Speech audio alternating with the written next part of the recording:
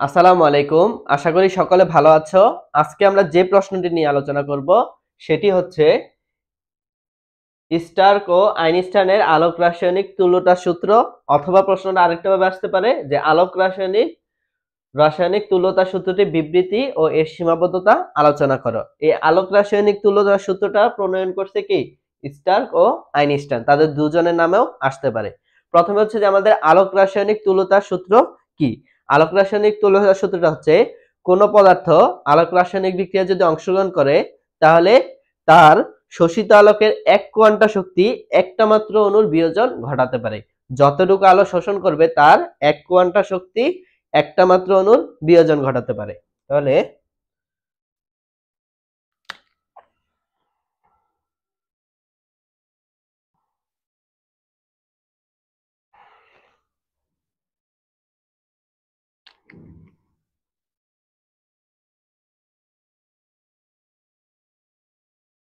আলোক রাসায়নিক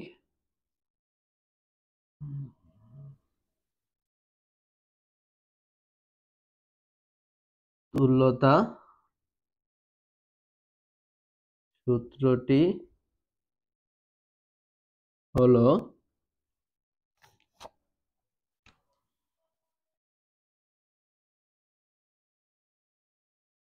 কোন পদার্থ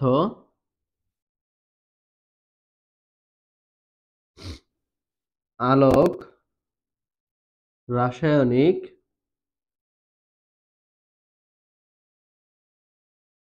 বিক্রিয়ায়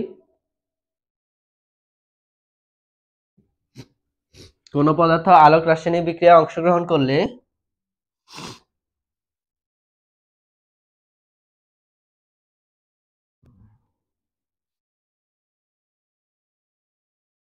কোন পদার্থ আলোক রাসায়নিক বিক্রিয়ায় অংশগ্রহণ করলে শোষিত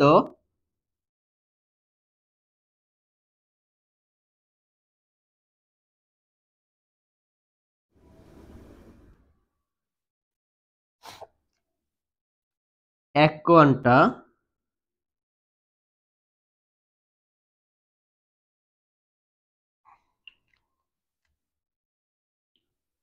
শক্তি একটি মাত্র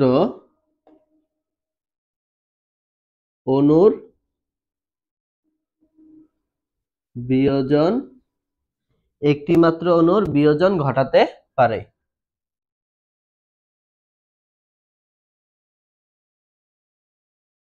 ঠিক আছে, এটাই হচ্ছে আলোক রাসায়নিক তুল্যতা সূত্র। তাহলে মনে করো কি বলছে, কোন পদার্থ আলোক রাসায়নিক, মনে করো এই একটা পদার্থ, এটা কি করতেছে? রেডিয়েশন মানে শক্তি শোষণ করতেছে। শোষণ করার পরে সে কি হলো? একটু উত্তেজিত অবস্থা লাভ করলো। তাহলে হলো এ, সেটা কি হলো? উত্তেজিত অবস্থা অর্জন করলো। এক সময় এটা থেকে আমাদের কি তৈরি হলো? এটা থেকে একটা প্রোডাক্ট উৎপাদ তৈরি হলো। এটা হলো, ঠিক আছে। তাহলে এটা হচ্ছে বিয়োজিত অণু,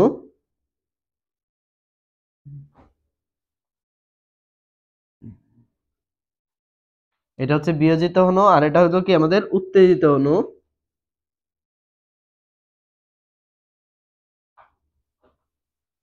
আর এটা কি? এটা হচ্ছে আমাদের উৎপাদ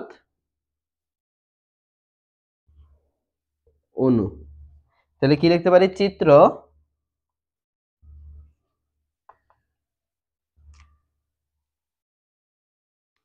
একটি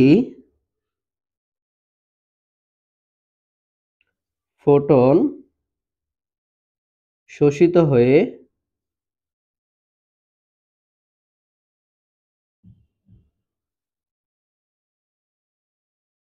একটি মাত্র অণুর বিয়োজন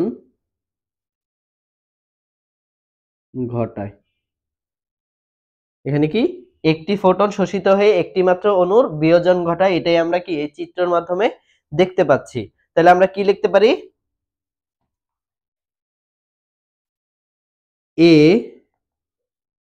প্লাস এইচ মিউ।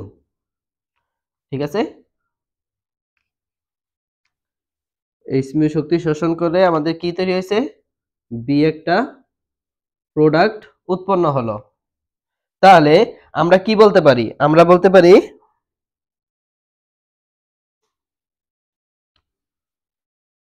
1 মোল বিক্রিয়ক দ্বারা শোষিত শক্তির পরিমাণ।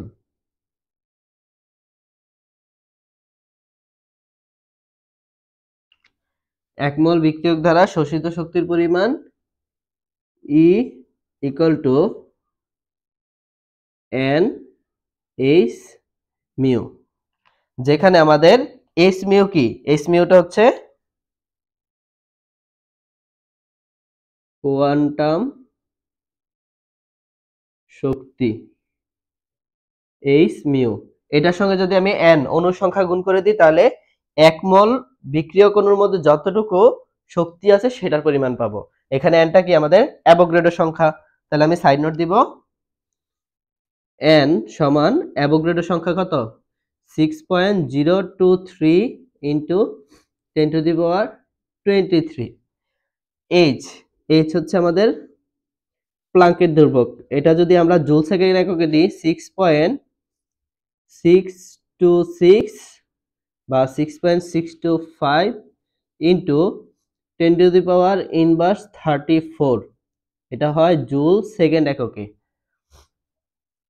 আর আমরা তাহলে এখানে করি সমান এন এইচ, আমাদের জানা আছে কি মিউ, মিউ হচ্ছে কম্পাঙ্ক, কম্পাঙ্ক হচ্ছে মিউ। এখানে হচ্ছে মিউ সমান কি জানি আমরা, সি বাই ল্যামডা।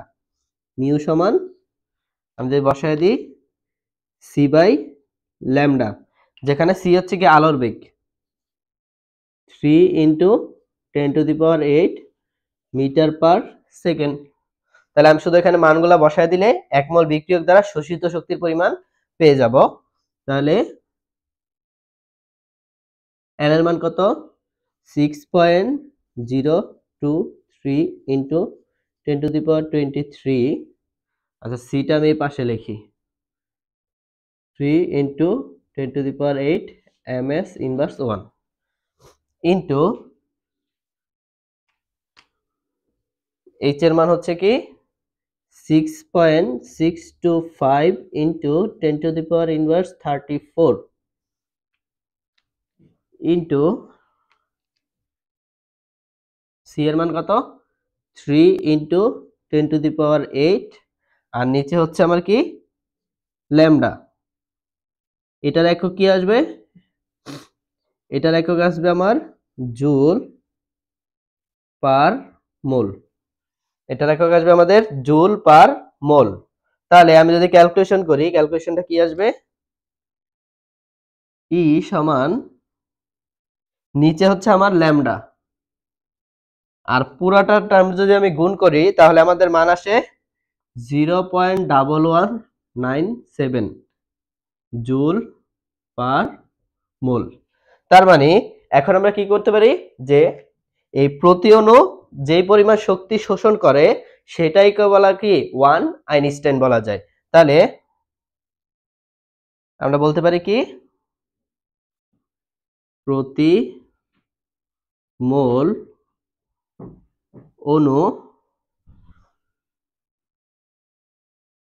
যে পরিমাণ শক্তি শোষণ করে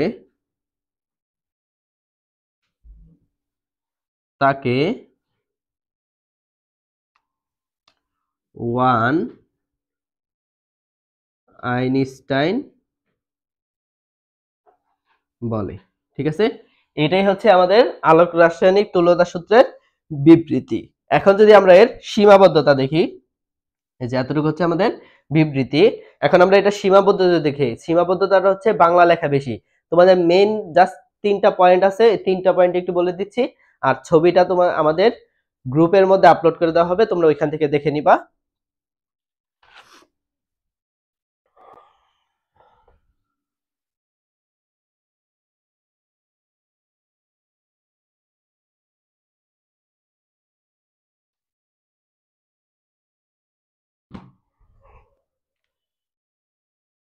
আলোক রাসায়নিক তুল্যতা সূত্রের সীমাবদ্ধতা। আলোক রাসায়নিক তুল্যতা সূত্রের সীমাবদ্ধতা। প্রথমটা কি? প্রথমটা হচ্ছে উত্তেজিত অণু বিক্রিয়ার জন্য প্রয়োজনীয় শক্তি যদি না পায়, এই উত্তেজিত অণুগুলা আমরা যে মাঝখানে করলাম শক্তি, এই শক্তিটা শোষণ করলো, করার পরে এটা কি হয়? উত্তেজিত হয়। উত্তেজিত হয় একসময় কি হয়? উৎপাদ তৈরি করে। এই আমার যে উত্তেজিত অণুটা হলো, এটা বিক্রিয়া করার জন্য তো একটা শক্তি লাগবে। এই পরিমাণ যদি শক্তি না পায়, তাহলে আলোক রাসায়নিক তুল্যতা সূত্রটা কি কাজ করে না। তাহলে কি বলা যায়? উত্তেজিত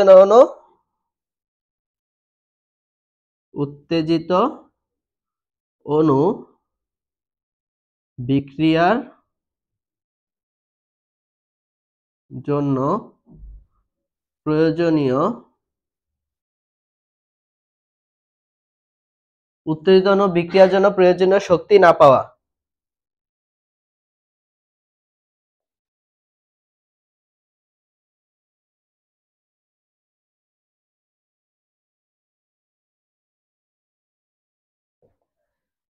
এখন মনে করো বিক্রিয়ার জন্য আমি প্রয়োজনীয় শক্তি পেলাম, কিন্তু এখানে বলছে প্রয়োজনীয় শক্তি না পাইলে হবে না। আমি মনে করো বিক্রিয়ার জন্য প্রয়োজনীয় শক্তি পাইলাম, কিন্তু এখানে একটা কথা হচ্ছে, যদি আমার বিক্রিয়ক অণুগুলো যদি আগেই নিঃশেষ হয়ে যায়, উৎপাদ তৈরি হয়ে, তাহলেও কিন্তু আমার কাজটা করতেছে না। তার মানে বিক্রিয়ার জন্য আমি প্রয়োজনীয় শক্তি পেলাম, কিন্তু আমার বিক্রিয়কগুলো যদি আগে নিঃশেষ হয়ে যায়, তাহলেও এটা কাজ করে না।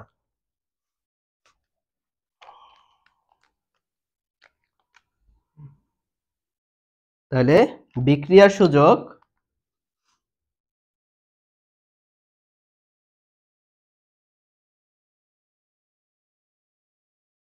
প্রাপ্তির পূর্বেই বিক্রিয়ক অণুর নিঃশেষ হয়ে যাওয়া। উত্তেজিত অণুর নিঃশেষ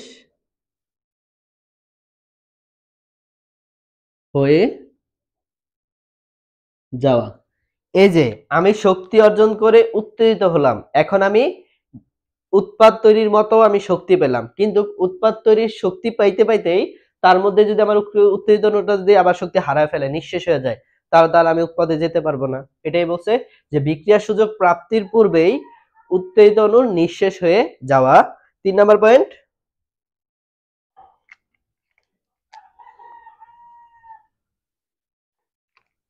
বিয়োজিত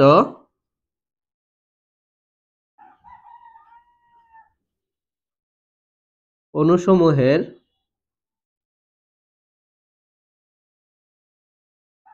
পূর্ণ মিলন। বিয়োজিত অণুসমূহের পূর্ণ মিলন। একটা অণু মনে করো ভাঙে, ভাঙার পরে তারা বিয়োজিত হয়। বিয়োজিত হওয়ার পরে সে মনে করো শক্তিপ্রাপ্ত হয়, তাই না? মাত্র যে আমরা বললাম শক্তিপ্রাপ্ত হয়ে একসময় সেটা কি হয়? উৎপাদে পরিণত হয়। এই আমার বিয়োজিত অনুযায়ী যদি আবার আগে আবার জোড়া লেগে এরকম হয়ে যায়, মানে বিয়োজিত অনুসারে যদি আবার পূর্ণ মিলন হয়ে যায়, তখন আমার উত্তেজিত হতে পারবে না, সেক্ষেত্রে আমার উৎপাদন তৈরি হওয়ার কোনো সম্ভাবনা থাকে না। এই তিনটাই হচ্ছে এখানে মেইন পয়েন্ট। আর বাকি যে ডিটেলস গুলো আছে এটা আমাদের গ্রুপে আপলোড দিয়ে দেওয়া হবে ছবিটা, তোমরা এখান থেকে একটু পড়ে নিবা, যেটা বোঝানোর এটা আমি বুঝিয়ে দিলাম। তাও যদি কেউ কোথাও না বুঝো, অবশ্যই আমাদের কমেন্ট বক্সে জানাবে, আমরা সলভ করে দেওয়ার চেষ্টা করব। সকলে ভালো থেকো। আসসালামু আলাইকুম।